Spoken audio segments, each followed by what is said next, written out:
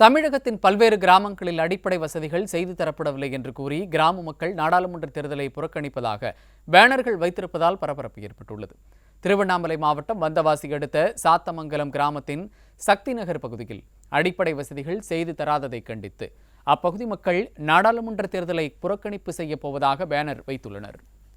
தங்கள் பகுதியில் சாலை வசதி, குடிநீர் வசதி உள்ளிட்ட எந்த ஒரு அடிப்படை வசதியும் செய்து தரவில்லை என பொதுமக்கள் வேதனை தெரிவித்துள்ளனர். இதனால் ஆத்திரமடைந்த சக்தி நகர் பகுதி மக்கள் நாடாளுமன்ற தேர்தலை புறக்கணிப்பு செய்யப் போவதாக பேனர் வைத்துள்ளனர்.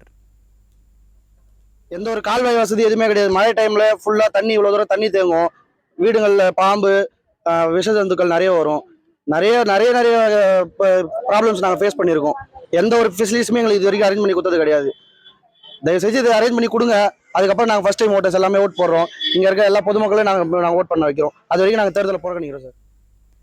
கள்ளக்குறிச்சி அருகே 2 கிராம மக்கள் நாடாளுமன்ற தேர்தலை புறக்கணிக்கப் போவதாக பேனர்கள் வைத்துள்ளதால் பரபரப்பு ஏற்பட்டுள்ளது.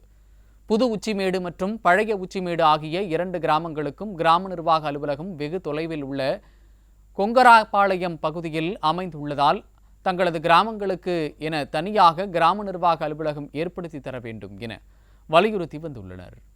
இதுகுறித்து அதிகாரிகளிடம் பலமுறை மனு அளித்தும் எந்தவித நடவடிக்கையும் எடுக்காததால் இந்த இரு ஊர்களுக்கு செல்லும் சாலைகளும் மிகவும் மோசமான நிலையில் இருப்பதாகவும் குற்றம் சாட்டி 2 கிராம மக்களும் நாடாளுமன்ற தேர்தலை புறக்கணிக்கப் போவதாக பேனர்கள் வைத்துள்ளனர். திருச்சி மாவட்டம் லால்குடி அருகே கொள்ளிடம் ஆற்றில் ஆழ்துளை கிணறு அமைப்பதற்கான கருத்து கேட்பு கூட்டத்தில் நாடாளுமன்ற தேர்தலை புறக்கணிக்கப் போவதாக கிராம மக்கள் முடிவு செய்துள்ளனர். லால்குடி அருகே அனந்திமேடு கிராமத்தில் நடைபெற்ற கருத்து கேட்பு கூட்டத்தில் கொள்ளிடம் ஆற்றில் ஆழ்துளை கிணறு அமைக்கும் முடிவை அரசு கைவிடவில்லை எனில் நாடாளுமன்ற தேர்தலை புறக்கணிக்கப் போவதாக தீர்மானம் செய்துள்ளனர்.